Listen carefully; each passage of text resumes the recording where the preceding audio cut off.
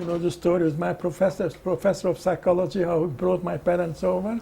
You haven't gotten up to that yet. You got to. I'm coming now to it. Yeah. Okay. I'm coming to it now. Okay, you were saying.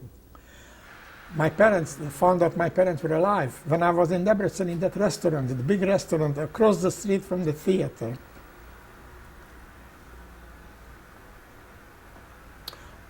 Am I on? Yeah.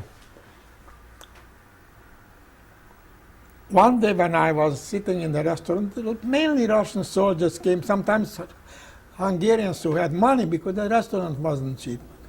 All of a sudden, my ex-professor of psychology, Dr. Mérai Ferenc, came in. I have to digress here and stop for a minute and tell you about Dr. Mérai Ferenc. Dr. Mérai Ferenc, because that was a big secret, nobody said they were socialists, but that was something people didn't mention. He studied in the Sorbonne, he taught me psychology, he was very fond of me, despite of the fact that I was a Zionist. Not only they taught me psychology, but after hours, when he had a little time, we did some work on the city of Budapest, testing people who work on the buses, the bus conductors and all that. We gave them a memory test, we put in 50 pictures, we took out 2 pictures, then we added pictures to the people who weren't in the group, they had to remember. Anyhow, I want to bring out that I made some money and we were very good friends, and I was telling him once that I hope when I have a chance, when everything is over, this war, if I manage to come out alive, I'm going to go to Israel. He said, Alex, let me tell you something. He said, you see this, when hair will grow here, that's when you will never have a Jewish state there. You Jewish state, you know what you do? Take out the burning hot chestnut from the fire for the British. The British will be there forever. They will never be dislodged. You take out the hot. I said, well, I believe that we will have our own state. We have a very strong belief. He said to me, Alex, listen to me. There is a Jewish problem. The Jewish problem will be solved by socialism. Socialism will solve the Jewish problem. I knew the guy was a communist, and he wouldn't tell it to anybody. Anyhow, he came into the restaurant. Mérai Ferenc, I was very happy to see him. I said, I'm very glad to see you are alive. He said, so do I. So I told him quickly. Anyhow, to cut a long story short, I said, I think if I'm lucky, my parents might still be alive. I take down a piece of paper and I tell you how they survived. And I told him how my parents survived. My mother had that strong will to live. She was a very dynamic woman and very shrewd. When they put them into the trucks to be taken to Auschwitz, they took all the young Jews, they could be considered young, and they put them in cattle cars. They put them in a separate car. So my mother looked around. They kept coming and coming behind the Jews. So she grabbed my father and she pushed him under the wheels of the freight car. And she went out and there were cars lined out there, lines and lines and lines. Till she came out to a part of Budapest she was familiar with. And she went back among the Goyim. They both spoke Hungarian very well. And my father got a job as a gardener. And in the Jewish hospital, there were a couple of very, very old Jews who stayed in the hospital. They weren't taken out. And my mother got a job as a cook. So they survived, and I knew they were somewhere in the ghetto, and I knew their last address. So I gave Dr. Mérai Ferenc their address. And I said, how do you get there? I said, I have a car here. I am an officer now in the Democratic Hungarian. They already had a Democratic Hungarian army, and I have a car. So I didn't think he will do it. And one day, not only that my parents came, he brought them over with his car. My professor brought them over from Budapest. So here I have my parents. My mother looked pretty, considering that they were starving, they were down in the cellar for days. They were eating horse meat from the street. My father was a very religious man, and he ate onions and all that, whatever he could eat. He wouldn't eat horse meat. But my father had a kidney stone, and they operated on him, and instead of resting in a warm place, he was down in the cellar in the ghetto. And they had no penicillin that time. I already read in a paper somewhere that there is a thing called penicillin that heals all those things. And the pus must have worked up in his body. Anyhow, he brought over my parents. I got them a beautiful house. There was no problem getting houses because there were a lot of Jewish houses. And they got plenty of food. We even managed to get kosher food. We had the shchita already. And my two uncles were already in Debrecen, those who went to Canada. Anyhow, my father managed to improve and improve. My mother improved beautifully. And my father started to do some business, buying watches, selling watches, and my mother was helping out in the restaurant. They paid him. Anyhow, I thought they were on the way to recovery. Unfortunately, that pus was working up in my father's body. And in the spring of next year, he died from that.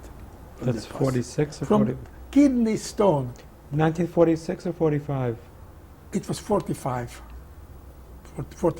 45 still. He died in Debrecen? He died in Debrecen, yeah. Do you know where he's buried?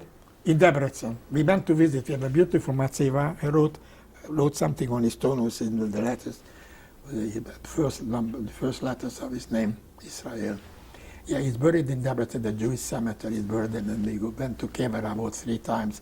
There's a Hungarian lady who takes care of it. We pay her money. It's a long story. I didn't put in my life story. And what I want to say is that I started to teach in Budapest. I got a letter that I should go, and they opened a school in Budapest, and I got a job teaching Hebrew and English, the gymnasia. And I accepted it because the principal said, the principal was one of our graduates. And he was principal on the paper, but the Jura principal was Dr. Engineer Rubin, who taught us geometry, who knew Hungarian, and he had a diploma that he was teaching. You have to teach 10 years to be a principal. Anyhow, I was teaching English and Hebrew, and almost all our students were orphans. And the school was in the ruins of the rabbinical seminary in Budapest, with a big building, and we had some rooms there in the rabbinical seminary. And there was a terrible inflation, and you can't understand what it means. First, I paid $100,000 for a bus fare, and then I had to pay $1 million. You know, not a mathematical, a geometrical line. Was a terrible inflation. And we got some money from the Joint Distribution Committee, but they paid us in Hungarian money that didn't have dollars. So we had to line up. We got a squash. We had to bake squash or something like that. But finally, we got some dollars. And I was doing pretty well. But when my father passed away, I decided I'm going to Israel. And I knew there is an illegal aliyah. Every few weeks, there was a building there, a Hechalutz building, where they're lining up. And somebody came down. Before I'm telling you about that, I decided to make aliyah. I was still teaching in the gymnasia in Budapest. One day, one of my friends, his name was Yitzhak Baron, who changed his name to Bar-On with an Aleph. And he went to the Brigada, and he became a major in the Brigada HaIvrit. And when the war was over, you know, they all volunteered to work with Aliyah Beit. You know, they got a lot of money from the Sotnut. His pockets were full of $5, $10, and $20 bills, and they were smearing the wheels with Aliyah Beit. So he was working for the Aliyah. He told me he's working Aliyah Beit. At that time, my father was alive. I said, eventually, I want to go to Israel. So he went back to Israel with a group, and he called up my sister and my brother-in-law, my sister Miriam and my brother-in-law Ben Zvi, and he told them that we were alive. And they were so excited. He got a whole week stay. He was telling when we had the 50th reunion that they gave him food and lodging for a whole week. They treated him like a first-class guest because he stayed there in the Savoy. He gave them the good news. I'm going to go back again about my sister, about her being pregnant. Now, me going to Israel, my mother came with us. She decided that she's young enough to go with Aliyah Beit, because Aliyah Beit wasn't so easy. What was Aliyah Beit? The man who was the leader was a secret. We didn't even know his name. He was talking to us. He happened to know Hungarian, but he was somebody from the Brigada. And he was talking to us in Hungarian and Hebrew. I said, don't ask my name. Nobody knows me. I'm not the leader. Don't ask what my name is. I want you to know what to do. You are from Greece. You are going back to Greece. You are Greek. Jews, Greek refugees, and you're on your way back to Greece. And you keep talking, talk. You say, whatever. You can talk from the prayer book, or if you know Hebrew, you talk in. But try to stay with the prayer book, because many of the British know Hebrew. So you talk from the prayer book. And if you don't know prayer book, shut up and be quiet. Because you are Greeks. And you don't know Greek, so you talk from the Siddur. So that's what we did. And there must have been a lot of British spies all over. I'll tell you why I found out. From Hungary, we went to Yugoslavia. How did we go?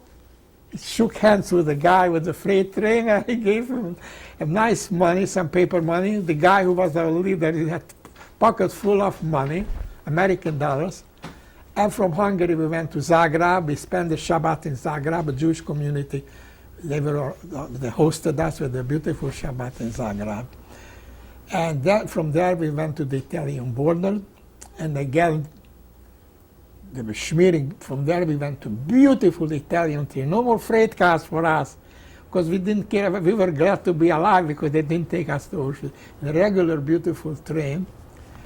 And first time in my life, I looked out of the window and I saw the Mediterranean Sea, the gorgeous sea, and the beautiful trip, till we came to Udine. Udine is where? Udine is a border of Italy and Yugoslavia. They didn't know, there was a big conflict. I spent 2 years in Italy. I know they were fighting and arguing about Udine and Fiume, to whom it will belong. So it was the conflict about whether it should be Yugoslavia or Italy, but we were in Udine. And we got off, and I made a little luach since I left Hungary, and I knew it was Erev Pesach when we got there. Erev Pesach, I looked up in my little luach. And I was very knowledgeable. There was a guy who had that big, and was dressed in civilian clothing, and the sign on his right arm, UNRWA, United Nations Refugee and Repatriation, UNRWA. That was an organization helping the Jews. And the leader of the group told me, you are in charge because you know English. I said, yes. I appoint you to be in charge because it's Pesach and you are not going to eat bread. Of course, I'm not eating bread. I would rather hunger. We are not going to eat bread. Go to the UNRWA guy there and tell him in English the problem. Just bent over to him, spoke to me in English, listened very carefully.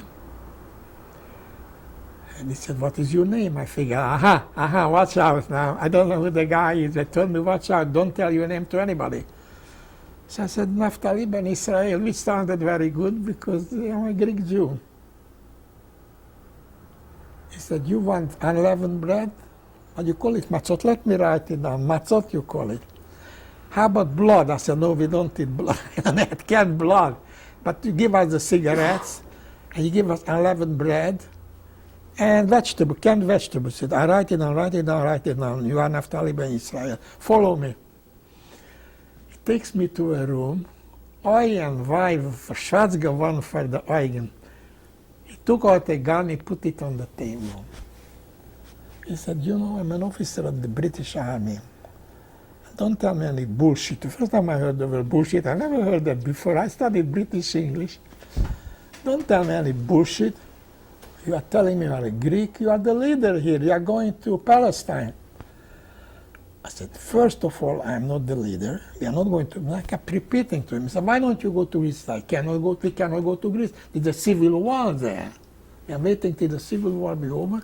Americans, the British are helping to get rid of the communists. We go to Greece and we'll go back to our family. He said, don't tell me all kinds of baloney. You are the leader. I said, I'm telling you, I'm not the leader. They asked me to talk to you because, as you see, I speak English. They knew I speak English, so I should ask you for matzot. He said, I'll give you matzot. I know where to get it from. I know exactly where to get that food. But first you tell us where you come from, where you go, and who is in charge. If you are not in charge, there must be somebody, a leader. I said, I don't know. I don't know leader. We are going to Greece. I don't know anything. He said, yes, you know. So he had in the room you know what, he had some oranges. I haven't seen oranges for years. He had oranges there. He had some oranges and some food and some bottles of water, and he took everything away. He closed me. He closed everything. He kept me stay there overnight without food or anything. Next day he came back. He said, you know, nobody will know about it. I just shoot you. Don't tell me. I just shoot you. Nobody will know about it. Nobody know. You are a Greek Jew. What did you say your name was? I said, Naphtali ben Israel. I said, okay, I give up. I'll tell you everything. I'll tell you the truth. Central organization, yeah, we are going to Palestine. Well, the guy knew we are going to Palestine. I figured that he knows. The center of organization is in Bratislava, in Slovakia. And the address is 12 Stroh Street. That was the Samstoifers. My cousin who studied there, I remember the address. 12 Stroh Street in Bratislava, Pressburg. You know Pressburg? That's where everything is organized. So we wrote it down. He figured I'm telling you, I'm giving him facts now. I said, I'll give you matzot, and I'm going to keep an eye on all of you. And I didn't know why the guy let me out. I mean, I was telling him a lie. And the reason he let me out, because my mother was a kachlefel. She was the leader of the gang. They ganged up against the whole honor and everything. They laid down on the rails, led by my mother. They won't budge till her son is being jailed. Her son is being let out. So finally, when they saw me, they went into the cars. And the British told them to take us to a certain place in Italy, which I don't remember. I have to look up. And on the way to that place, I should have looked up in the encyclopedia, in the atlas. We stopped for, they had to put water, you know, they had the choo-choo train there. They had to put water in the locomotives. It was pitch dark, was at night.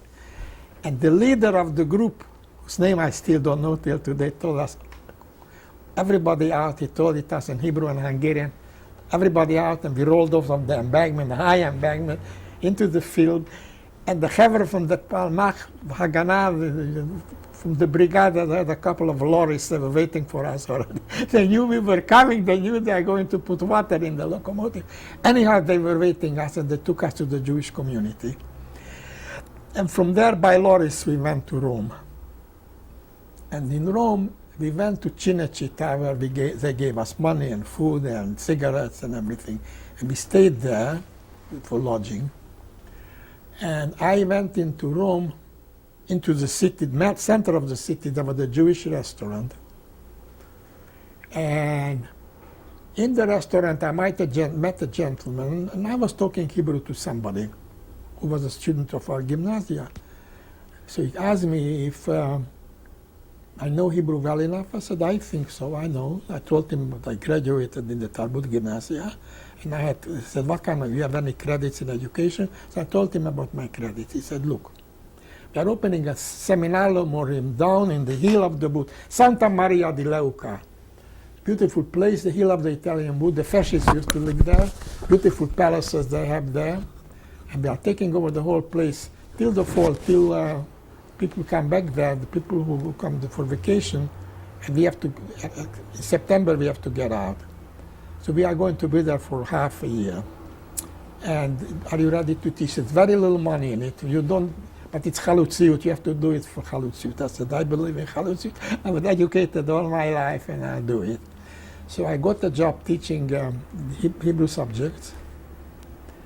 Almost all our students were survivors of the Holocaust, except there was an Italian girl who survived in Italy, wasn't in the Holocaust, and a Romanian young fellow who wasn't in the concentration camp. They all knew Hebrew. Almost all of them were older than I. They came from Estonia, Latvia, Lithuania, from Baltic states. They all went to Hebrew. They had Hebrew schools there, gymnasiot and elementary schools. They had a year or two of college. And the language of instruction was all Ivrit. They figured they come to Israel, they'll be teachers. They come to Israel, they'll be teachers in Israel. And I was teaching them introduction, world literature, introduction to prosody. That's an English word for Torah HaSifrut, forms of it, and in Sifrut Ivrit. That was the main subject, Sifrut Ivrit. I started from Yemei HaBinaim, Haskalah, and Bialik Chernichovsky. I happened to know, and I had notes with me. I always carry the notes. I have a love with the Hebrew language. I had a lot of notes with me, so I prepared. And one day, and I went swimming with my students with a very beautiful, I have pictures to show you. One day a gentleman comes over to me, he must have been in his early 50s. He said to me in Hebrew, could I come and listen to your lesson? He said, I don't have a high school diploma, I didn't go to college, but I would like to brush up my Hebrew, learn. I said, in one condition, you sit in the back of the room. To cut a long story short, he fell in love with my mother, and later they got married. She went to Israel on his certificate, because his children were in a Mizrahi kibbutz, and he had a certificate. And another terrible, that was a beautiful thing, a terrible thing happened to us. We had a very charismatic teacher. Some of the teachers were Israelis, some of the teachers were from Europe, that had that European teachers. And some of them retired Israeli professors. This was a young fellow who was in the Palmach. He was serving with the Plugot Laila Miyuchadot, Wingate. You heard about Wingate, how you did? And he taught geography, Israeli, Jewish history, and they got up early in the morning, and he told them about Wingate, he taught them Israeli songs. He didn't have a low profile. And evidently some British officers who were around, because we still belonged to the British, that part of Italy was ruled by the British. Rome was American, and that section was British. They found out this guy is Mephistionu, they're spreading Zionism there. He's a provocateur, and he got a note he has to leave the school in 24 hours. His name was Aryeh Avisar. He was very charismatic. We all loved him. And they chased him out of the school, because actually they were the ones who were in charge, and they helped us get the food. I ate there was a big hospital there. And I got vegetarian food there. I had my meals, all my meals. There was a big hospital that for the village, for the whole region, regional hospital, which also helped me to pick up Italian, which I picked up very fast since I knew Latin, and it's very close. So I'm coming to the subject now. Many of our students just disappeared. I don't have to tell you what happened to them. The same thing as Hannah Senesh, they just disappeared. They went to Aliyah Beit. Some of my students didn't make it to Israel. They went to boats. The British knew about it already, and they were looking around for them, and they were sent away to Mauritius and places like that. I don't want to go to detail like I was telling you about my students. But Hannah Senesh was lucky, because when she came, they were waiting for her at the coast. My brother-in-law, Jonathan, we swam ashore. And he swam ashore. He wanted to become a mailman. He didn't want to do heavy work, but he didn't pass the examination because he couldn't read Hebrew script. He had to know how to read printed letters, Hebrew. He had to read English. English he knew, but he couldn't read script.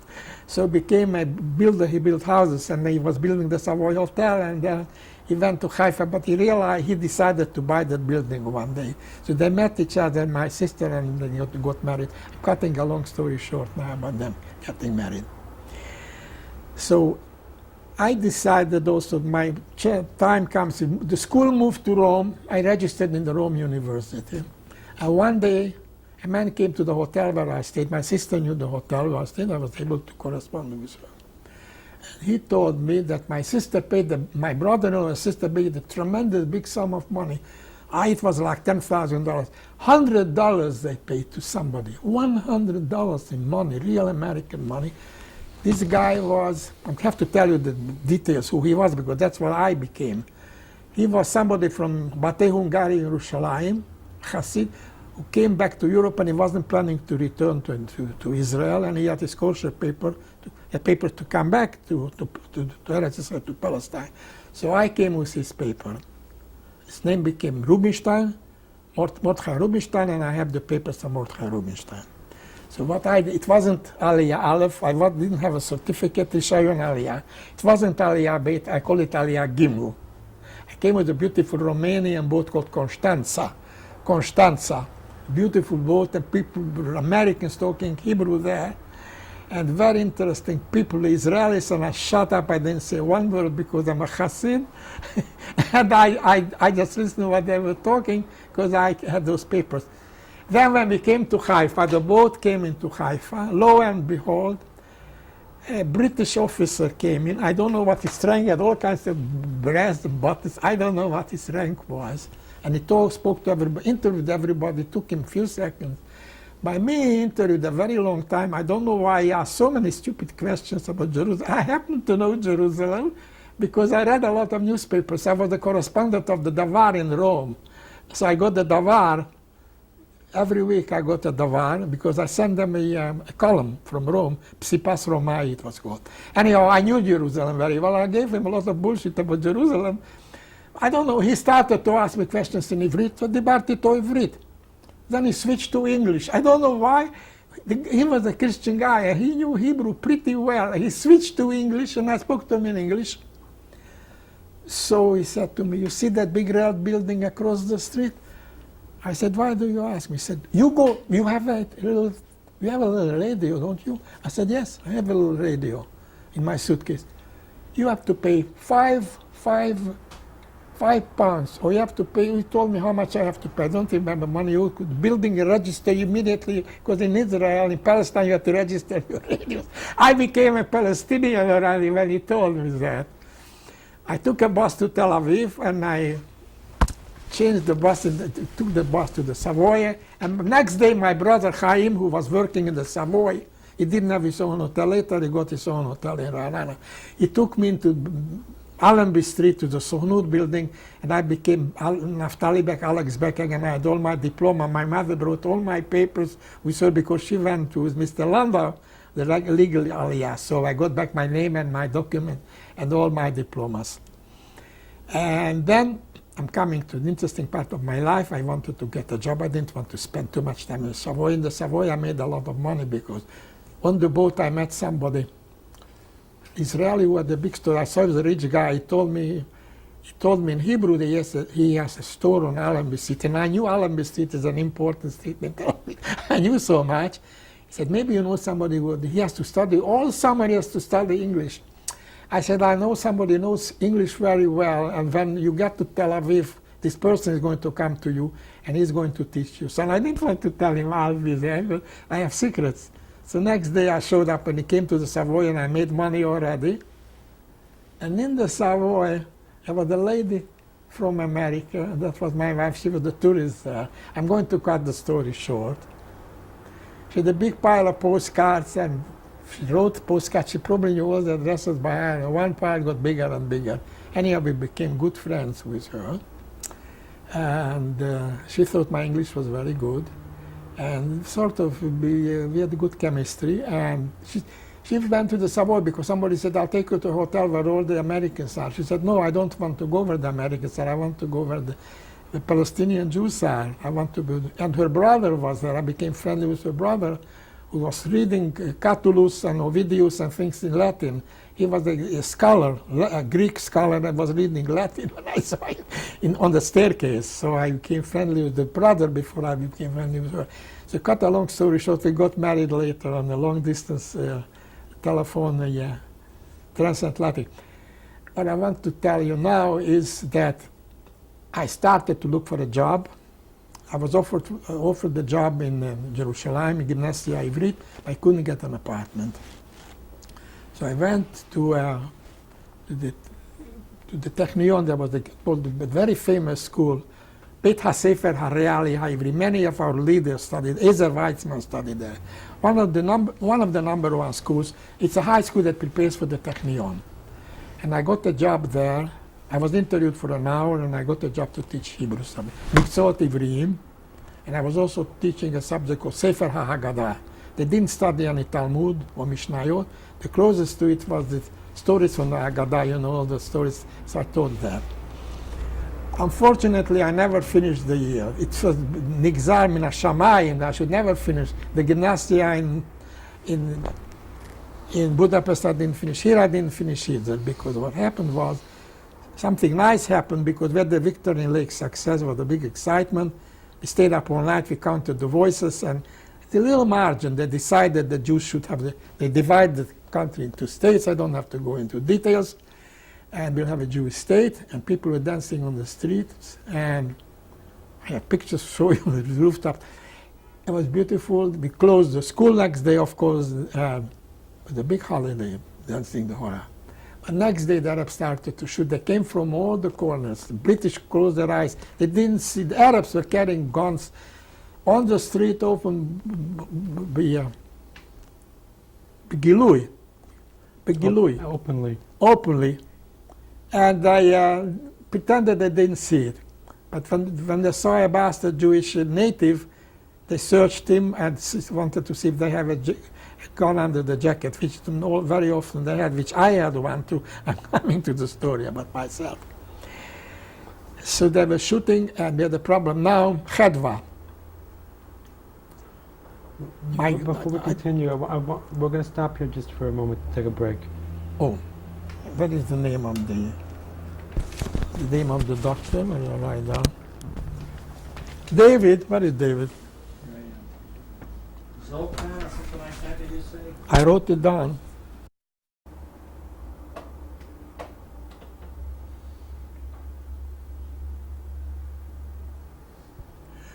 My sister Miriam was married for 9 years and she didn't conceive. My mother was very conceited, and she said, sure, she doesn't want to, she won't conceive till she know I'm alive. The minute she found out that we were alive, I was alive, she has her mother around her, because she has to have mamala. She will conceive. So what happened when I was in Tel Aviv, I was waiting to go to Haifa to start to teach. My sister Miriam said to him, Naftali, maybe I'm pregnant. You know, there is a doctor, if you heard about Dr. Sondak. You cross the Alabi Road, she told me where to go. She gave me his address. It was a 10-minute walk, and she gave me a bottle of her urine. From the urine, he was able to tell whether she is pregnant or not. So I had to sit down and sit and eat and sit. Guy comes out, he said, Adonim, I have good news for you. Your wife is going to have a baby. I said, she's not my wife, she's my sister, but I am thrilled. I am so excited. I can't wait already to go back to the Savoy and tell her about it. I made the trip in half the time. This is the story of my niece, Chedva, the only child that my daughter had. My sister had she had a daughter, and that was her only child. My sister's only child, Chedva. And I'm going to go back to Chedva later in my narrative. I was telling you when I went to visit, when she was born, I went to Tel Aviv from Haifa. It will be in a few minutes because I don't have too much territory to cover. And I'm coming now with the war. Arabs were shooting all around. The British were still there. And they were shooting, attacking buses and everything. 3 times a week we met in a house, a family house. We were in Achuza, was up on the mountain, up on Haifa, looking down on the Tel Aviv, Haifa Tel Aviv road, and there was a Arab villa, Tira, under Achuza. Very, very terroristic Arabs were under us in Tira. And we met 3 times a week in the house, and once, and every Shabbat I had to go to Mitvach, sharp shooting for the Haganah. There was no Tzal that time yet, there was no Israeli army. I had to go Shabbat and sharpshooting. 3 times a week we met in somebody's house. They had a big, big apartment house. We had sheish beitzim, we were very rich. We had 6 hand grenades and a couple of pistols. And we had 4 guns. Now I'll tell you how we got 1 gun. The history of one of the guns was thanks to me. Before I went to the house, it was like twilight. And it was sunset already. I put on a long coat, a very long coat. I had a long coat. I went to the police station, and the Jewish policeman came out, and he had a gun, roveh, under his Meil Elyon, and we sort of hugged, you know. We hugged each other. He smuggled over the gun to me. And then we repeated the same thing in the morning at dawn. I returned the gun because it was his roveh ishi personal gun. So that was our ammunition. But the best thing we had was we were connected. The reality school was a part of the Technion, and we had an engineer in the Technion with a very brilliant idea. He took aluminum, had some aluminum balls, he filled it in with I don't know what kind of gas, and we rolled it down the mountain, and it made a tremendous noise, an explosion, and they were spreading a rumor that Yahud has a atom. We have the atom bomb. They didn't know what it was. And many of them ran away. We didn't have too much problem with that village. We had trouble with other villages. Anyhow, my sister called me up on the phone. I didn't have a phone. My landlord had a phone. That she had a little daughter, and her name is Chedva, and I want to see her. I said, absolutely. So I saw the beginning of the Israeli armor division. How did the Israeli armor start? It started with me traveling on a bus, with a plain agate bus. The agate buses were manufactured in Israel. One of the best things Israel ever made. Later on, Ruthie and I were in Iran, we saw agate buses there. They took an agate bus and they covered it with metal sheets all over, except the bottom. Luckily, they didn't have any explosive on the bottom of the road, but against bullets. They had a little hole for the driver to see through. So that was the armored division. I traveled to Israel, from Haifa to Tel Aviv, through the Israeli territory, and I came back with an armored car bus, an armored bus. That was the beginning of the armor. I went back to teaching Hebrew. I had my kids, their mother tongue was Hebrew. You don't know what it means to teach kids. I mean, their mother tongue, they wrote 6 pages, and I was in charge of it to correct all those very badly written, grammatically but poorly written texts. What I want to tell you is that I did enjoy teaching because I love the Hebrew language, but unfortunately I didn't finish. What happened was... The teaching you did before, while you were in the army, or after you finished the army? No, I wasn't. There was no army yet. Oh, no, I was in the volunteer. You were volunteering. we were in the Haganah. Mm-hmm. We belonged to the Haganah. The Haganah decided that we are in the Haganah. They were in charge. The Jews were organized in little cells. The British were looking. They had a Hebrew slang for it, slick. The Hebrew slang for hiding. We had a slick. We hid away the weapons. We really didn't have too many weapons to hide, but in the kibbutzim they had slick all over. If they found, they put them in prison. Some of the leaders of the yeshuv were called the Shabbat Shchorah. When I came to Israel, they were in prison. All those people who signed the declaration, they were all in prison. What I want to tell you is that Nigzar min hashamayim, that I shouldn't finish. I met for weeks and weeks and weeks. I don't know how many weeks I was in that cell, self-defense cell. But then I got a letter. And I have to go to Tel Aviv and report before a Megad, Mefaked, before the Israeli army. The Palmach had very informal ranks, like platoon commander or Gudud commander. And he was the Mefaked Gudud Megad, and I have to meet the Megad so-and-so in Tel Aviv in this and this address. I'm sorry I didn't write down his name. I go to him. Here, my life is saved again because I knew Yiddish. I go in and I sit down. He looks at me. Sag mir, die redest Yiddish? I sag, ach, warte. My Tate, Mama haben geredet Yiddish. And my father and mother spoke. Für was fragst du? Why do you ask me? Ma pitom? Für was? Verstehe nicht. So he told me in Yiddish. He wanted to test me if I understand. And Chevra is coming from Cyprus. And they all speak Yiddish. It's a very good material because they're very, very motivated, very well motivated Zionists that want to come and build up Israel, and wonderful Jews, wonderful Zionists. And we have a very bad reputation, Palmach. And we are not a religious organization. We don't have anything to do. We have Palmach. We are a commando group. We are commando. We are not for religion or against religion. We are Palmach. We are very well liked by the Israelis, but we don't have a reputation of being religious. So so he asked me what is I said, look, I'm Shomer Shabbat, I don't work on Saturdays, and my parents were Shomer Shabbat, and I speak Yiddish. I didn't tell him that I'm not going to. If you think I'm going to talk Yiddish to them, you are wrong, because I'm not going to talk Yiddish to them. They'll talk Yiddish, I won't. They'll talk, I understand what I say, but I understood Hannah Senesh when she spoke Hungarian. Now what I want to say is that we were bivouacked in Kfar Haroa. It was a big, big yeshiva, between religious yeshiva And it's a village also, Kvararo, between Tel Aviv and Haifa, and we were bivouac there. And they were staying there for 6 weeks, and they got the Palmach instruction, climbing over walls and all the tricks of the Palmach. The Palmach got all the instructions they were taught by Hayadid Wingate. You know, Wingate was a friend, and some of the leaders of the Israeli army, some of them became the leaders of the Haganah and the Tzahal and all that. They were all the students of Wingate. I'm going to go back to Wingate later. Anyhow, after 6 weeks they were lined up, they sent them to Latrun. They said, "אנחנו הולכים ללטרון, we'll have a little skirmish with the Arabs, and we wish you good luck." And I was lined up, so the Gudud commander, battalion commander, Megat comes over, he says to me, the Megat, the battalion commander, "Naftali, look, I looked at your paper, you didn't even have 10 hours of instruction. And these people have like 120, 140 hours. You cannot go to Latrun.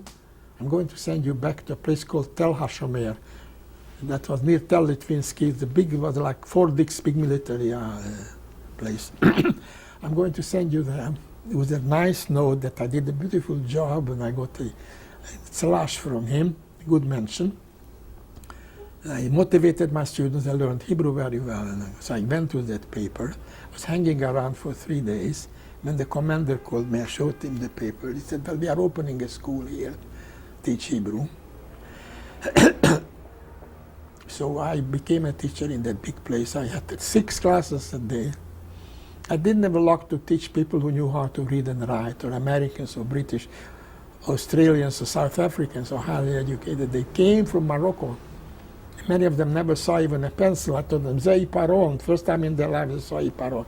But they were very motivated. They hated the Arabs and wanted to kill Arabs. They couldn't wait already to get out. I said, "Sorry, 600 words I wrote down. 600 words you have to know." I wrote a book called Ivrit Besisit, two meaning, basic Hebrew, basic military base, what they had to know. And then you get 10 days of vacation. You can go to Tel Aviv or wherever you want to go, or you can go to a military place for the rest, Aradar. So they read the letters, and I already was promoted to sergeant because somebody wrote, thanks to the censorship, they read that they liked the Hebrew lessons very much. And despite of the fact that they had to wait so long, 600 words, but they liked the Hebrew lessons. Because they had a chance to sit down, they didn't have to be out in the heat, and the little flies didn't beat them, the little fly. Now, speaking about Tel HaShomer, before I continue the story, we were on the field. I got a little bit of training with my students. I had to be out a little training. I got like half an hour every day with the military training, shooting. And I looked out, the Egyptians came in, 5 Egyptian planes,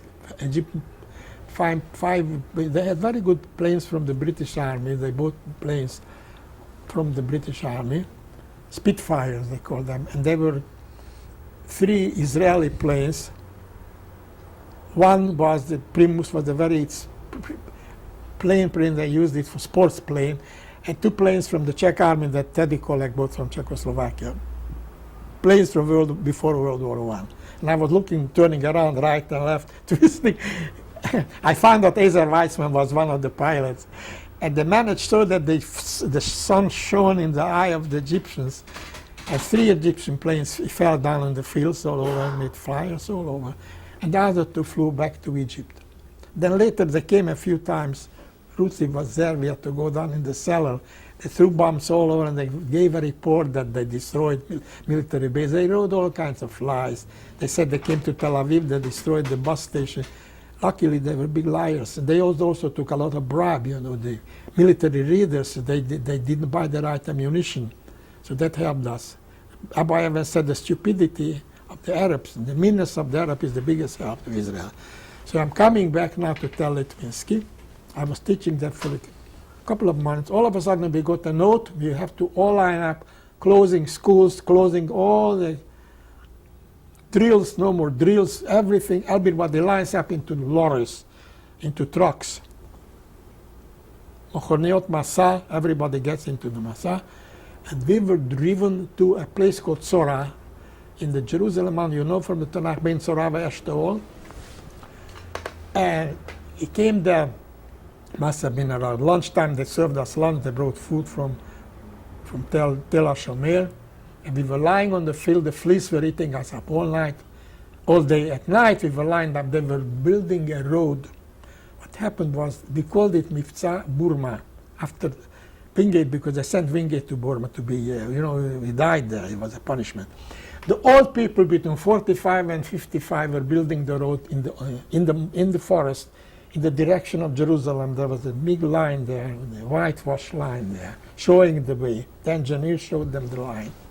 They were building the road, paving the road, and the old Jews from Jerusalem were paving the road to meet in the middle. So we lined up, and we carried, one night we had a carrier from Hadassah gave us a certain equipment. Saktapudim, a sack of potatoes. One night we had a sack of flour. One night we had 5 Czech Piat guns, so forth. First night we met the Chaver from Israel, the Israelis, the Shar Hagai, the Israelis from the volunteers from Israel, the soldiers came at us, the Shar Hagai. First question is they asked, יש לך סיגריות, ever heavy smokers? I said, אני לא מעשן. So next day I was sure I had סיגריות for them, because I was able to buy it in the cantina. We had the cantina, you know what that is. Anyhow, I made a lot of turns. And one night I was lucky, I got a shrapnel here, not important, I don't want to interrupt. They had the woman carrying a big suitcase. At that time they didn't have miniaturization like today, everything is done. She carried a heavy suitcase, walkie-talkie, and our group was called Tzipor Shtayim. She said, Tzipor Shtayim, we have a patsua, and she told the place exactly where she was, and to bandage my foot, this here. And the commander, the Jewish guy who was our commander, his rank was Mefaked Machlaka, and he was our commander. There was the Mefaked Gedud, but he was our commander, was in charge of our group. He said, you stay here, you are not skipping, you don't go back. What you have has to be delivered to Shar Hagai. That night I only made like 2 turns, because already we had shorter turns. And this guy who was in charge of us, I'm going to bring you some details about him. He had blue eyes and blonde hair. We called him the Nazi. He was very strict. Of course, he spoke Hebrew like all of us. Later, I found out from a book I had, the Mossad gave out a book, some of the heroes of the Mossad. The Mossad sent him to Germany, opened the school, riding school, because he knew, he loved horses. And he opened a riding school in Germany. He established his identity, everybody was a German. He hates the Jews, the big anti-Semite, and he's a German, and he went to Cairo, and he had a good reputation, and he opened the school. I was reading it in a book about, and I had his name there, about the Mossad. And when the 6-day war broke out, he told everything. He had a walkie-talkie there in his shoe, and told them at 7 o'clock that breakfast between 7 and 8, and the planes were lined up. And they were like sitting ducks for the Israeli Air Force. Half of the planes were destroyed on the ground, so this guy was helping. And the Egyptians never knew that he was a spy there. They didn't have a suspicion. When they lost the 6-day war, so they told him, a couple of months later, said, you better go back to Germany, because we are finished with the British. They're not our friends anymore. They betrayed us, the British, the Americans. We have new friends now. The Russians are going to help us. And they're going to hate you because you are a friend. You are a German, and the Germans are the friends of the British. You better go back to Germany, where you are from. Thank you for being with us. We enjoyed your company. So, of course, he went back to Israel. So I read this in the book afterwards. My second year in the army was much easier. I was working on my book, polished up my book that I wrote. I went to Jaffa very often. They had the Merkasa Tarbut. My commander was Matityahu Megat. He told me a lot about Hannah Sen. She was in Sodot Yam. He knew her personally. And I learned a lot of things. And we worked on a Haggadah for the army, with a lot of jokes in it, which I'm not going to tell you. I want to keep you up. And we did a lot. They sent me to R&R, Nofesh places. They gave us records. I should tell them about music. I should give them education. and I should marbis tzionut, they called it, tell them of Zionism. The soldiers used to joke about it. Marbis tzionut is telling, look at it, he's telling about Zionism. We were born here. I had to tell them history of Aliyah Aleph, Aliyah Bet, and all those things. So my second year was easier, much easier. And when I finished my second year, I was promoted to Segen Rishon, provided I stay in the army. I had a promotion, but they wanted me to sign for another 2 years. But I wanted to come to the United States. I want to point out that the consul, the American consul, was very rude to us. When we went to Haifa, Ruthie and I, the Arabs were on the rooftop. She didn't know what the danger it was. The Arabs owned the Haira Tahtit. The lower part of Haifa was in the hand of the Arabs before the city was conquered by the Haganah. That was before the Tsar even came. And he was very rude to me. Second time I went there, he wanted to know if I want an interpreter. I said no. And he made a gesture with his hand. And I sat down, he said, I didn't tell you to sit down. I saw what kind of an anti-Semite he was. Anyhow, after 2 years, I managed to come to America. Now, in the Israeli army, when I was there in the Burma Road, I have to tell you the terrible story about Mickey Marcus. Mickey Marcus was a friend of Ben Gurion. And Mickey Marcus told Ben Gurion, listen, David, I want to tell you something. You have wonderful soldiers. Your soldiers are better than American soldiers because they're very motivated. But there's one thing here.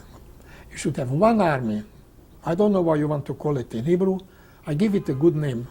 Israel Defense Force, IDF. So he translated it to Hebrew, Tzva Haganah, Tzva HaHaganah LeIsrael, Tzahal. And no more Irgun.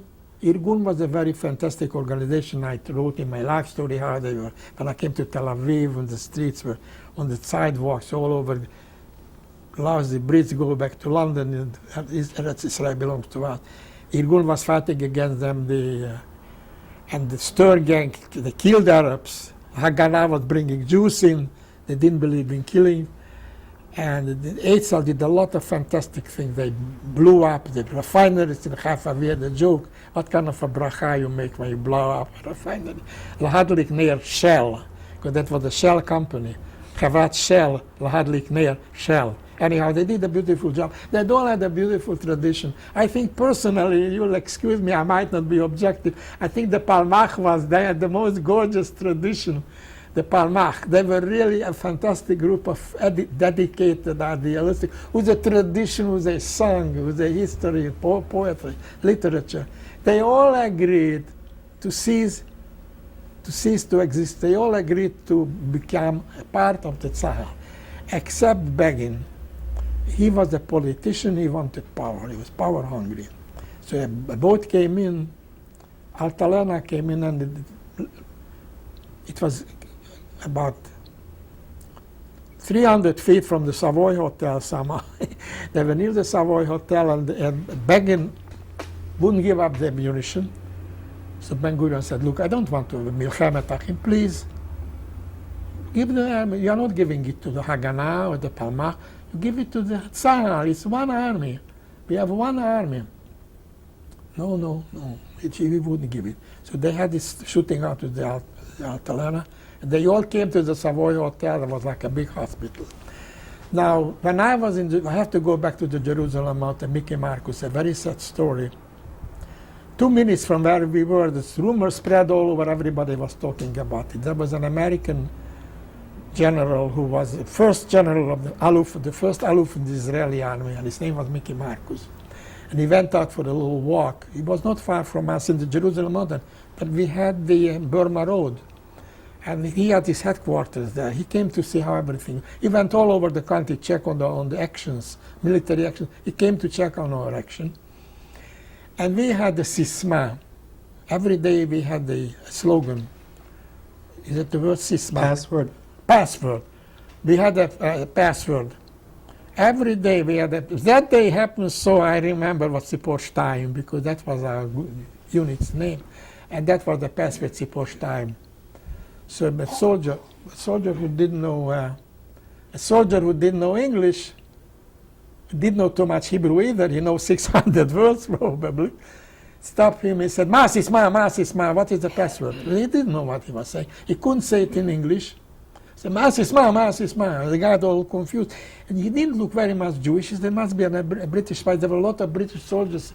The Jordanian army, everybody knew that there were a lot of British soldiers there. It must be a guy from the Jordanian army who came there. So we shot him. So he was killed. He's buried here in America, in the cemetery, called it Hero. But there's a school for officer school. He's buried in American office at the college for high-ranking officers. Anyhow, it was a terrible story for us because we were very close to it. And the Altalena was a terrible story. The Savoy is always involved. Savoy, I'm coming to this story. I was still in the army one day. That was in the beginning. I'm going back in chronology. The British were supposed to leave on May the 15th, but May the 15th fell on Shabbat. So the Israelis decided to declare the state on Friday, May the 14th. And I always got Friday afternoon off, so I got that afternoon off, and I went into a truck, and I went to Tel Aviv, and they told me all the action is near the museum, Rothschild Boulevard, Sderot Rothschild, so I got over there. And Ben-Gurion just started to talk. I heard his whole speech is written down there. He spoke a gorgeous, gorgeous Hebrew, very, very literary Hebrew. And I was there when the state was declared. It was Friday the 14th. They gave out, I bought a newspaper for a penny.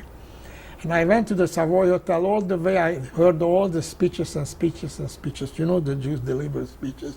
And I heard the Hatikva. By the time I came to the Savoy, they were singing the Hatikva. So I was there when the state was born. I want you to take a picture of that. You can take a little bit. It was signed by, not all of them signed, because some of them were in Jerusalem. They couldn't come out of Jerusalem because, you know, Jerusalem, I told you there was a siege, was surrounded. That's why we had the Burma Road, because they were surrounded with Arabs, for the ring of Arabs. They couldn't come to Tel Aviv. And some of them got stuck in Europe and they couldn't come out. But some important people signed. They had socialists, religious, all the groups. They had the religious, extreme religious, middle, all the groups. And the two leftist groups, you know, the Shomer HaTzahir, the Mapai, Mapam, Social Democrats, they're very well represented. I'm very proud of it. That they let them, I'm really proud of it. I've always said that I'm very proud of Israel. We had the Communist Party. In Czechoslovakia, we had the Communist Party too. So I was there when the state was born, and I was there with the Altalena, the Savoy. And I was there, I'm coming another story. I wasn't there, I was in America, but I saw the Savoy later was destroyed. A group of Arabs came from the sea. They, you know, the big liars, they are big heroes, they're very stupid. Abu Evan said the stupidity of the Arabs is the biggest helper. They were supposed to blow up an officers' club. There were no officers' club there near the shore. They came with a little boat, 6 Arabs. I don't know, 6 or 9, I don't know. Group of Arabs from Lebanon, Palestinian PLOniks. And they looked around, there was no officers' club. The first building they saw was a movie. They had the lights all on there all night. The movie was closed because that was the last performance. And the movie was closed. They didn't want anybody to sneak in. That was the last performance. They couldn't get in. They tried to get in. They couldn't get in because the movie, they didn't want anybody to get in. They kept going and going. They went down a block and a half. That is the Goula Street, and they saw a neon sign, Savoy. So I'm telling the story. I read it from the book, and I heard from my mother. My mother was the only one who survived because the sister didn't sleep in the Savoy. She had her own apartment. They came into the Savoy. There was an old gentleman in the front who was the night porter who spoke a lot of languages. Fortunately, didn't know any Arabic, but didn't ask any questions. They just killed him with a gun. And then they went from room to room, and they killed some Israelis. I don't know how many. My mother was on the ground floor. On the ground floor, it was a very strict kosher Orthodox hotel. They had a mikvah there, kosher mikvah. Instead of a bathtub, it was like a mikvah, and it was also a miklat. That room was fortified with concrete all around. So they came and they didn't find my mother because my mother was in a closet. They didn't find her. They went look around in the bed, under the bed, and they said, "Yalla, let's go. Let's take the next room." They went to the second floor, the next floor. Just like they didn't find Begin. You know, Begin was hiding in the Savoy. Forgot to tell you, was hiding there for a year. He wrote a book about it. How nice my sister, my brother-in-law and sister were. They saved him. He was hiding there for a whole year. So they didn't find my mother. They killed a few people there, the Arabs. But the Israeli army has a so good, no terrorist gets away alive. So the Israeli Air Force came and they blew up the whole building. They knew that all the Jews were killed. All the Arabs, and not one Arab came out. One Israeli officer was killed because he wanted to get into the hotel and try to kill them before the Air Force destroyed the building. So my mother came out alive, but when the Jewish soldiers came and they were Sephardim, she thought they were Arabs. She got very frightened. So she was hiding in a closet. So these are the stories about the Savoy Hotel. Okay, I really finished. We're going to stop here for a break. Yeah, I think I finished. I wanted to story. After I came to America, I met some interest. I can stop here. No, we can.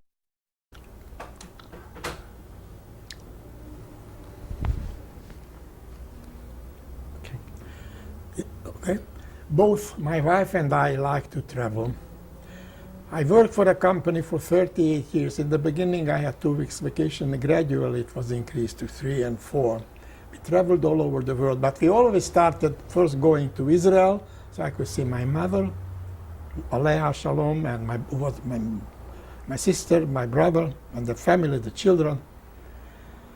And we always left immediately. I got my vacation beginning of July, or very end of June. So after the 6-day war, the American government came out with a decree on ukaz. Nobody's allowed to go to Israel because the war going on, and the war is not over yet. It's very dangerous. So I got a special permission from the United States government, from the State Department, to go to Israel. So I want to tell you how Israel looked immediately after the 6-day war. First of all, you had people were digging all kinds of. They had the Marseille for air raid protection, which was in the cities. We took a trip. The first trip I took was Jerusalem because for Shabbat we went to Jerusalem. We went to Har HaTzofim, and they told us a story that a group of professors and nurses who wanted to go up, the Arabs killed them, the whole bus. I also went up to Har HaZeitim. My grandfather, Naphtali, was buried there in Har HaZeitim.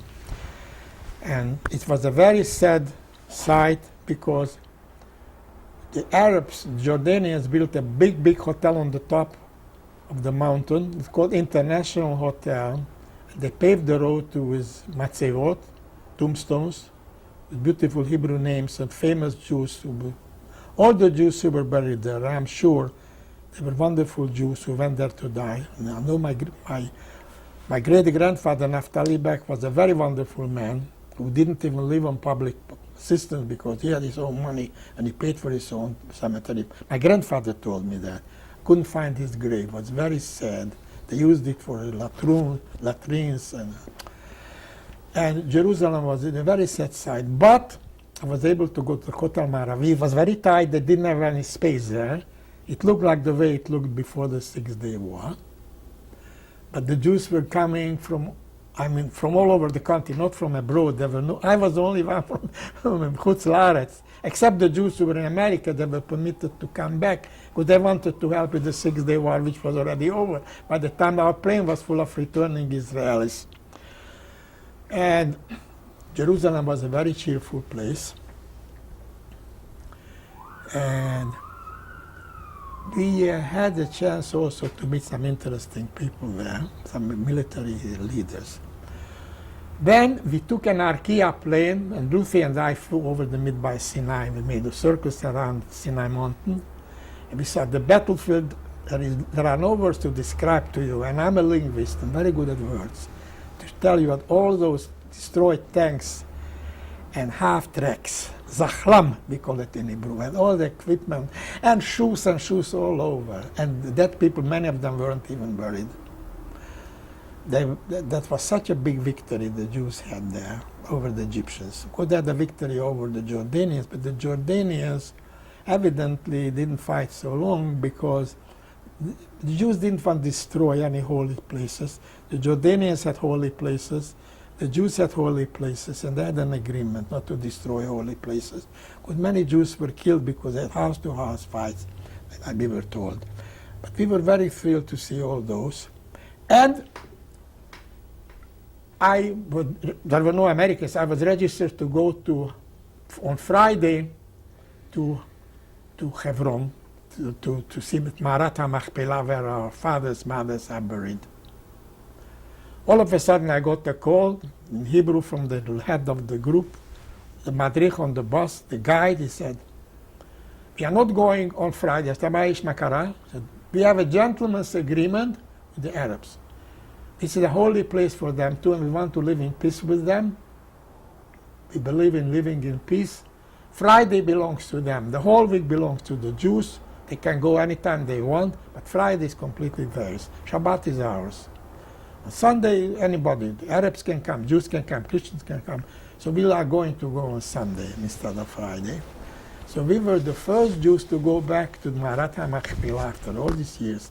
I want to tell you, in case you don't know, that in 1929 there was a big, terrible situation happened to the Jews. They killed some Bachurei Yeshiva there. They didn't, people from the Palmach.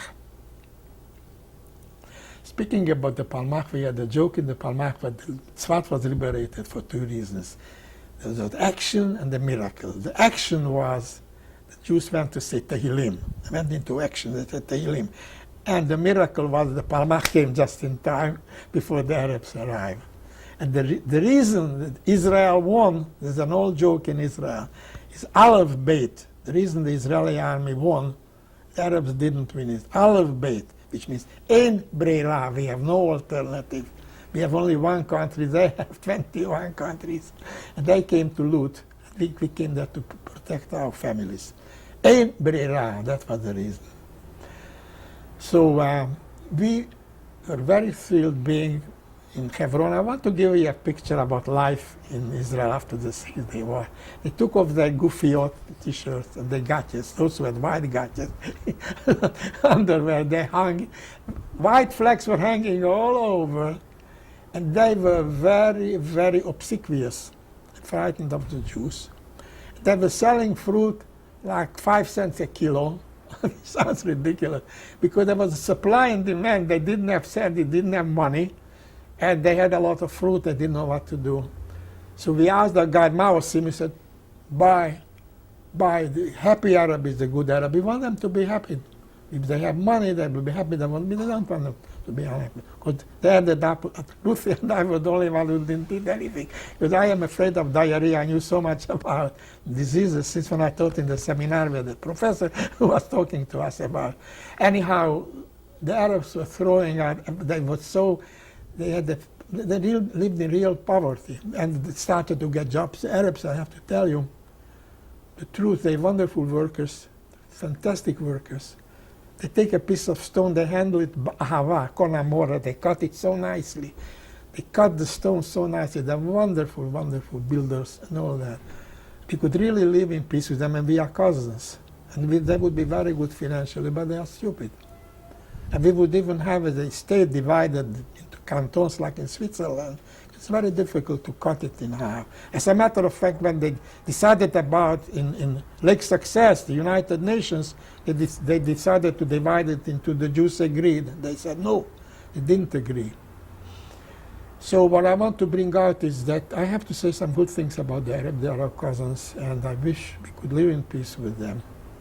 Because buildings in Jerusalem are very nice, they're good builders. And they came to Tel Aviv. Fortunately, they stabbed the Jews in the back. The minute they let you in, they stabbed them in the back. And then they have 10 children, 12 children. Some of the poor, some of the ones who are very modern, they only have 7 children. But they have to feed them. So I want to tell you that was very exciting being in Israel after the 6-day war. And we met some very interesting people. I don't want to go into detail about some of the military commanders we met. A year later, when we went back and I took a railroad Rakevet Israel from Tel Aviv to Yerushalayim, they were throwing stones at us. When we were there during after the 6-day war, immediately we went to Shechem. I bought some coins and I went to Arab towns and they were so happy to sell us things, you know. Nobody was hurt because they realized that they need us and they were hungry for money, and also they were very afraid of the Jews. They were very afraid. So we kept going back to Israel many times. We had very interesting meetings. Once on the plane going to Israel, we saw 3 phantom planes flying around us. What happened was there was a very charismatic gentleman on the plane. He came out from the first class. He spoke a very crisp, gorgeous British English. And his Hebrew was very gorgeous, highly educated Hebrew. I thought he works for the LRS. Oh, this LRS, highly educated people working with them. He came out helping with people. There were a lot of women with babies. He was holding the babies, helping with packages, suitcases, lifting, doing a lot of heavy work. He spent a lot of time there with the passengers in the passenger group, the regular class, passenger class. Then when they made the announcement that these phantom planes are saluting the commander of the Israeli Air Force who is on the plane. So now I realized that it was Ezer Weizman flying with us, the charismatic guy. Another time we came to Israel, and Yitzhak Rabin was waiting down the tarmac. His wife, Leah Rabin, was coming out from the first class. Oh, she did mix with us. She was a very rich woman. She had $600 in America in a bank. They were criminals, imagine. $600 in a bank, you know? They put the they had the whole Zimmers out of it. She wanted to buy something. Women, you know. Anyhow, Yitzhak Rabin was a charismatic leader in Israel. We had a lot of charismatic people. Many of them were students in the Real School in Haifa, students of Hayadid Wingate the Friend. I have to remind you your name. There's a special school in Israel named Machon Wingate. There's a special Wingate Institute, a very big institute for physical education. And we also, as you said, Hannah Senesh was also very respected in Israel. And another trip, I came to Israel Sunday morning, for July the 4th, I will never forget. I wrote down the date also. I had my little transistor radio. I opened the radio, and I heard the Jews were successful in Entebbe. I heard about Entebbe. What happened was they captured an Air France, and there were a lot of Jewish passengers, and there were some German red communist Nazi. And the common denominator was they hated the Jews.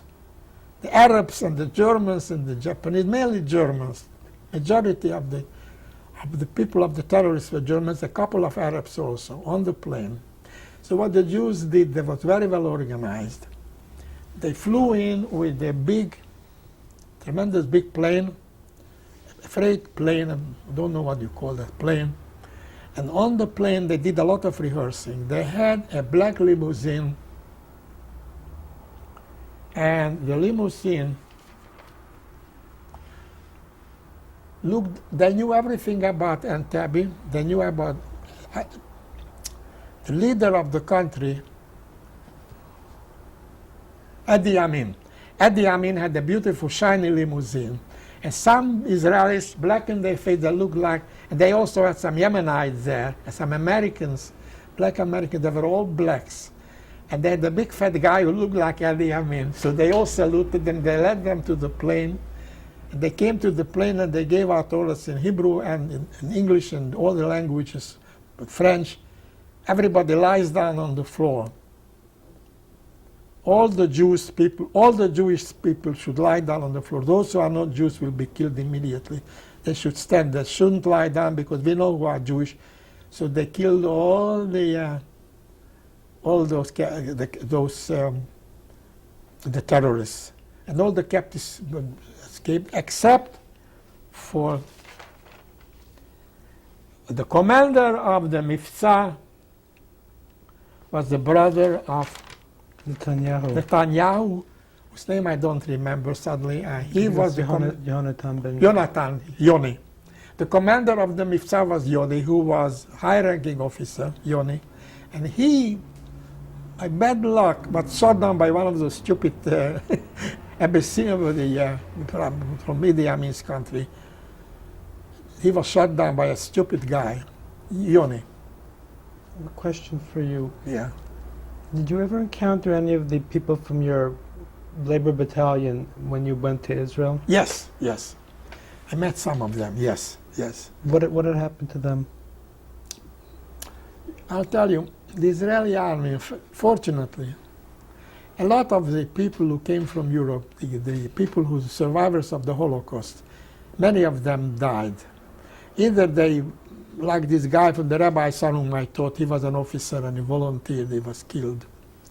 Or they were not very good soldiers and were sent to very difficult places. The Israelis were better fighters than the people who came from Europe.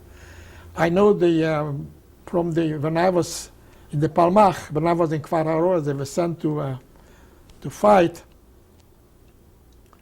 So half of the battalion didn't come back because they were fighting against a very, very well-organized Jordanian army. They were very well organized. You know, they have tanks there, machine guns. They had a lot of British officers who worked with them. I don't know whether because they hated the Jews or they did it for money or both. But they had British officers fight, and these were Jewish spies and they only knew how to handle a gun, but they had no machine guns. So these former... There's some stands, some stands, not too many stands. These people that were in the battalion, they were killed? Half of them were wiped, unfortunately. Are you still friends? Ben-Gurion was very, very stubborn. He has to have that place for the center of the country. You know what I'm talking about. And he insisted having that place. David, what the place for the museum is? The big, the Israeli army has a museum there. In the center of the country, they show you the battles. What? No. There was a big fight there. In the middle of the country, Ben-Gurion insisted having it. My unit went there. I wrote it down somewhere. I don't have the word. 3 times they tried to get it. And finally they got it. There's a big museum there in the field, in the center of the country. He got it. Yeah, the Israeli soldiers were very, very, very skilled. Luckily, the Arabs weren't smart enough. First of all, Wingate pointed out, the Arabs don't know how to fight at night. They get disorganized. And if they have a couple of British soldiers, it doesn't mean anything. Secondly, the Jews had the alphabet, Ebreras. Thirdly, they were very well motivated. Many of them came from the Brigada and they had good training. And those who were in the Palmach had good training. You mentioned earlier that you had begun traveling after you worked. We were all over the world. Now, where you said you worked somewhere for 30 I wasn't qualified to teach Hebrew or Italian in a high school because I speak English with an accent.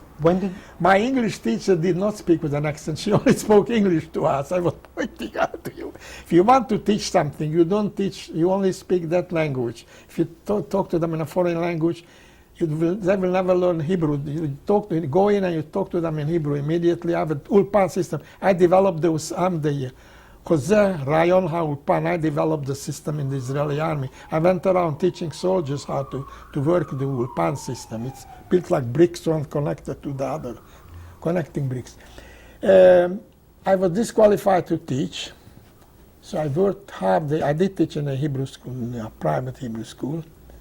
I was a principal in a Sephardi school. Mora Paraya was one of my students, became a very world-famous pianist. Mori Paraya, he was my student. I told Rusi, he will never be piano. His father is forcing him to play the piano. I said, he will never play the piano. The minute he's finished, after the bar mitzvah, became one of the most world-famous pianists. I was teaching there. I got very little money. I decided to go into business. I was half day in business, lace and embroidery business. And I have a very good memory for designs, not only for languages, also for designs. I worked for a company in Gothenburg, New Jersey for 38 years, and they had about 10,000 different designs. Charles Gronberg and Sons. They got 20 letters. They had an opening, and they got 20 letters. And my letter was the best. I said, I should know how to write a letter. I'm a teacher of comparative literature. I said, but you wrote it in English. I said, well, English is one of the languages I took in college. I have a license to teach it. Anyway, I got the job. I wrote in the letter, it's a very tough job to ask you to give me a job because I'm selling something very abstract. I'm selling myself, which is very abstract. But I have a tremendous amount of self-confidence and I know how to motivate. And I really like designs. Give me a chance, you will see. I said, so when he showed me lines, I said, let me see your prizes. Because I was working before that for 4 years to a jobber. You know, they didn't have their own machine. They bought embroidery from somebody else, but second hand. So the prices were too high. So I sold laces, and embroideries, I sold samples and duplicates. When it came to a big order, somebody had a $10,000 order, or even a $500 order, I didn't get it. Small orders I got. So I go to this company, I did very well. And unfortunately, God should forgive my, are you taping it? Yes. I use knowledge of my languages all over it. I used it like kardom lach porba. I went to a place, the woman was talking Russian, a designer. I said, what is your name? Where is your name coming from? So she told me Russian. And I had a guy had the name, had the Hebrew name from the Talmud. So I told him it's one of the sugyot from the Talmud, what his name was. And it's from the Talmud. And I got friendly with people who spoke Hungarian. And that helped me. And also I like laces and I remember things. And also, I went to Switzerland and I bought designs, very expensive Swiss embroideries and laces, and we copied it into American. We call it knockoff. I paid like $10 for a yard and we sold it for $3 in a cheaper version. Like they had done with a very fine yarn, so we put it in a less expensive yarn. So I became like a sales manager there.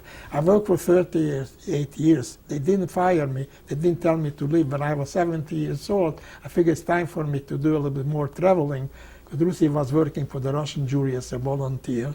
So I wanted to go to Russia and I wanted to do a little bit more traveling. And 70, I figured it's enough. So I stopped. 70, I stopped. 38 years I worked with them. And I styled for them. I was a sales manager. When did you come to America? I came to America in 1950, and immediately I started to work because they asked me if I speak foreign languages. I don't know why.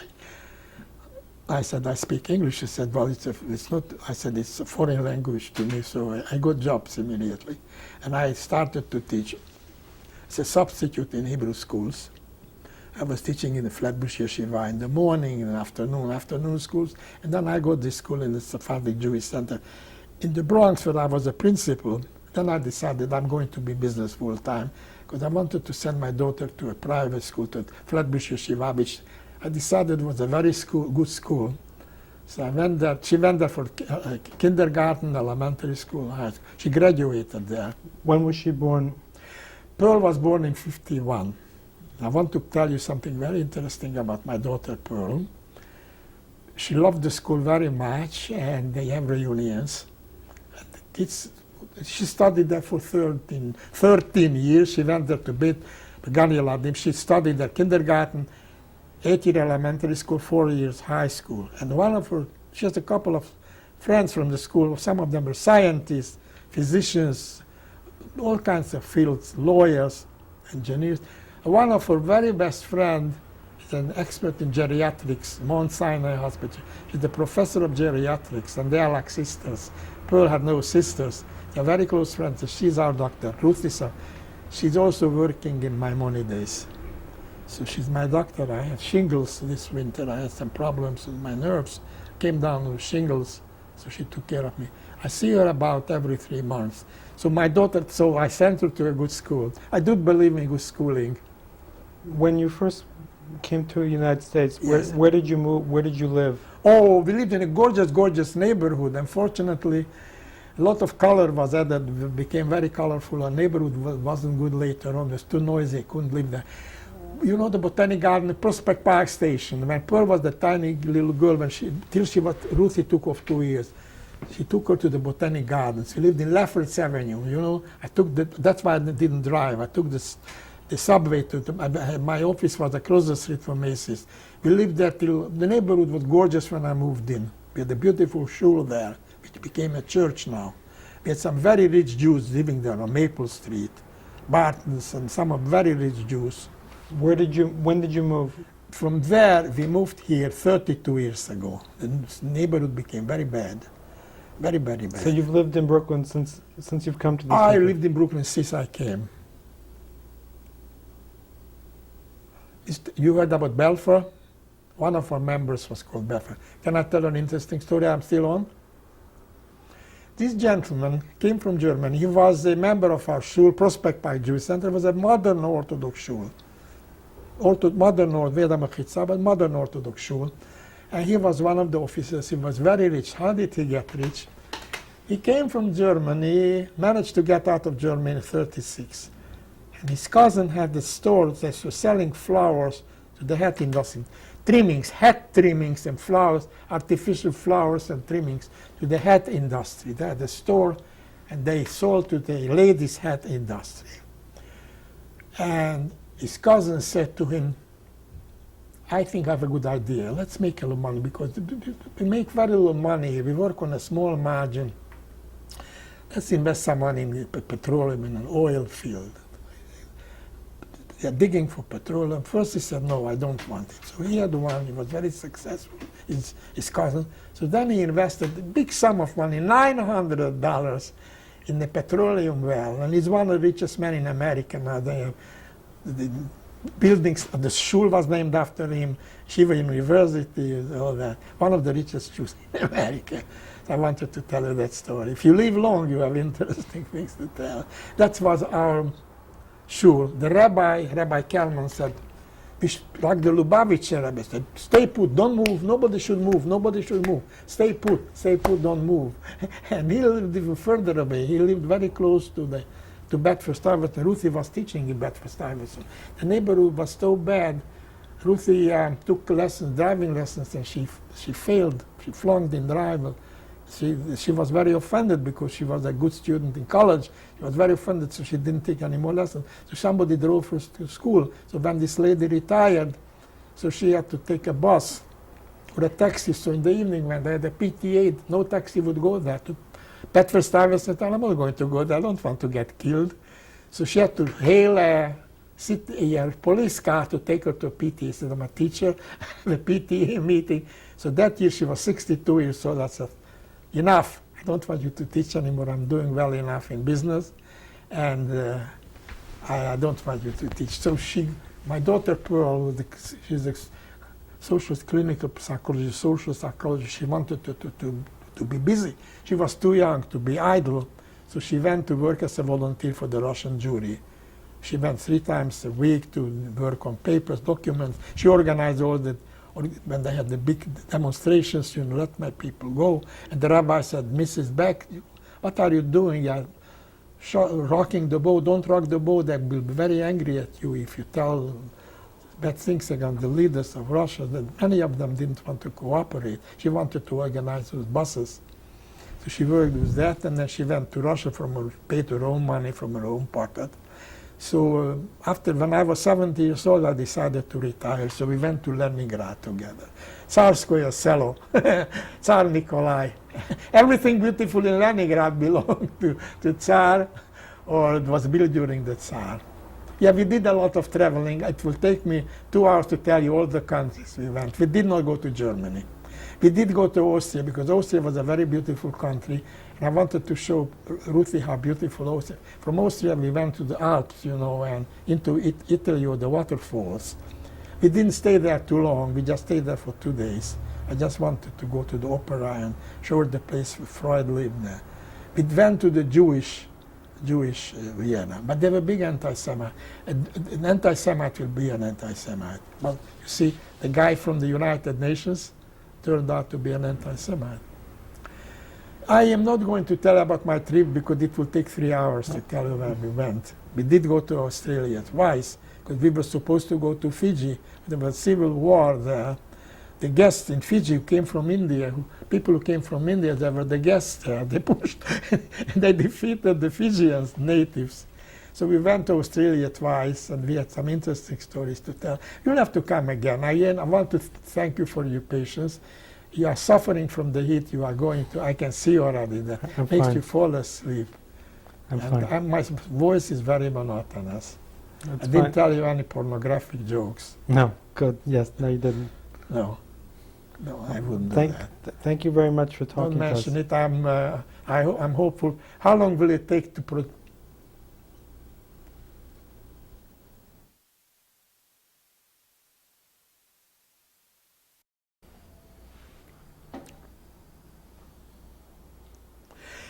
This here is a picture of Hannah Senesh.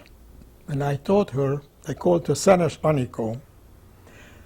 She spent a couple of years in Israel, and she volunteered to join the Brigada HaIvrit. And in the Brigada, she decided to be a paratrooper, Tzanhanit. And she was a very, very good Tzanhanit. And she went to Yugoslavia, and she fought with the partisans in Yugoslavia. And from there, they dropped her into Hungary. Unfortunately, she was betrayed, and the Hungarian Nazis took her to prison, and she was killed in the fall of 1944. But she's a legend in Israel. She, with all the students, and I only taught her for 3 months, she's my most favorite student, and I'm very proud to be a teacher, to have students like Hannah Senesh.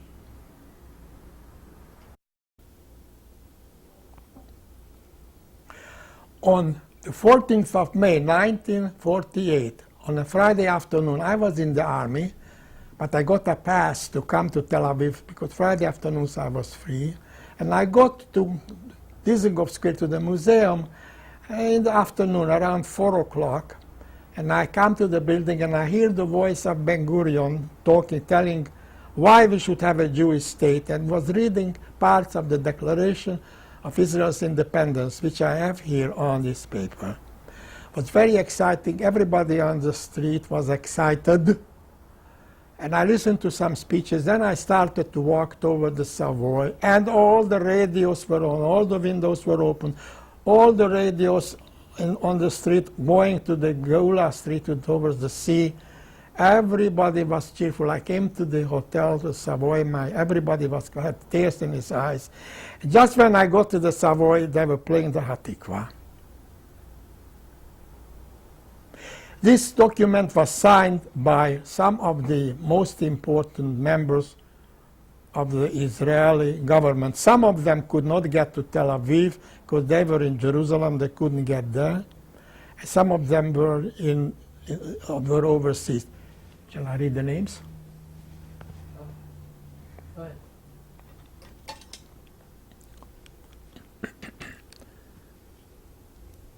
Is the picture of Herzl. He was the inspiration. And these were the top leaders of Israel: Ben Gurion, Weizmann, Shartok, they called him Sharet afterward. They changed his name to Sharet, and Yitzhak Grimbaum.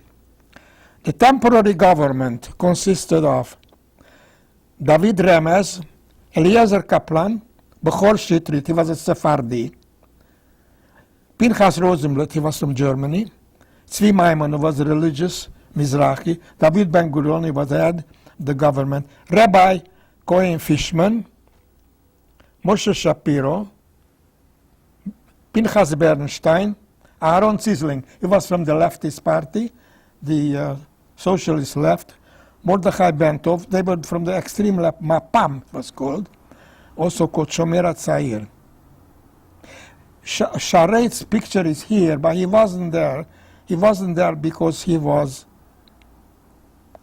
on a mission in the United States. And Yitzhak Grimbaum was in Jerusalem. Anyhow, these were the leaders. This was signed. Personally, I think that they were inspired by the American Declaration of Independence. They believe that every citizen has the same right, no discrimination on the, for reasons of religion, sex, or everybody has the same right. We need to take the other side. Okay, other side. You Oh, wanna do I it? would love it. At least I have a chance to see it. It's written here. Okay. If I'll you pick trans- it up, No, you no, can't no. see Yeah, it, so I'm going to translate Yeah. it. This wait, I have to need- explain to yeah, you, no, because I they're understand. telling future, the I have to future. set They're up telling the the cell. future here. They're telling what's going to happen.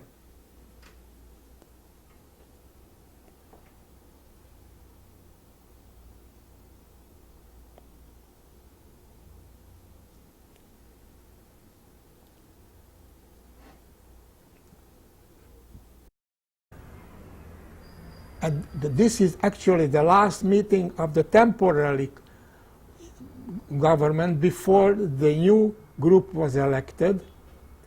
And then it says here that the Israeli army is enlarging its conquest. And here in the corner it says people have to line up to be inducted in the army, Giyus, induction into the army.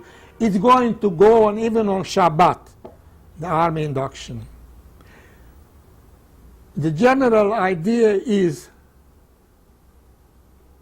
that the Haganah was one of the strongest group that helped this declaration. Also, the general idea is that we are going to manage to get in Jerusalem and liberate it. Also, the general idea is that Israel is going to be recognized by many other countries. The feeling in Israel is that the country is very motivated to fight against these infiltrators from all the directions. The good news is that the Jews are all lined up. The bad news is that Gush Etzion was conquered by the Arabs. I was in Gush Etzion as a teacher. I was working for the Keren Kayemet. Are you taping it? Yeah. I was allowed to go because I was working for the Keren Kayemet, so the school got permissions to go there to visit the Jews in Gush Etzion. That was the time when the Jews still were there, before it fell to the Legion.